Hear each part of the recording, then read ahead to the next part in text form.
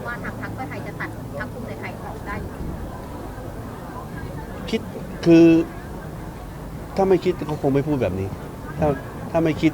ว่าเขาจะทำเช่นนี้ได้ก็คงรับกระทรวงอะไรข้อเสนอไปแล้วใช่ไหมครับรับกระทรวงสาธารณสุขบวกสำนักนายกไปแล้วอะไรแล้วซึ่ง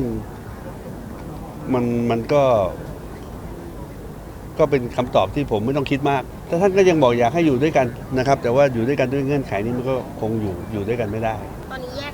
ใช้คำว่าเราแยกกันเดินได้หรือยังคะก็ถ้ามันเป็นตามนี้มันก็ต้อง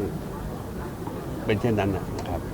ผมยังเป็นรองนายกและเป็นรัฐมนตรีมหาดไทยอยู่ทำตามหน้าที่ฮะนะจนกว่าจะมีการเปลี่ยนก็จนกว่าจะโปรดเกล้าให้ผมพ้นนะครับการพ้นจากตำแหน่งรัฐมนตรีก็ต้องมีการโปรดเกล้า